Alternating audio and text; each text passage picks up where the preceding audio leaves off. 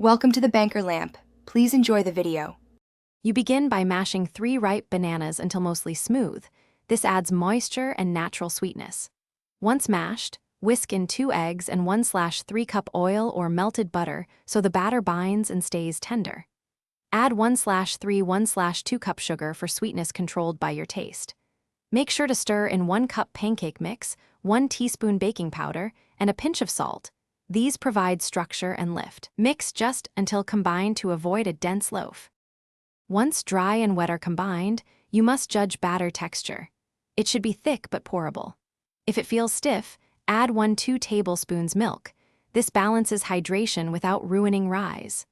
Fold in mix-ins like 1/2 cup chopped nuts or chocolate chips and 1 teaspoon cinnamon for flavor. Folding preserves air for a lighter crumb. Make sure you stop mixing after about 10 to 12 strokes once the streaks disappear. Overmixing develops gluten and gives chewiness.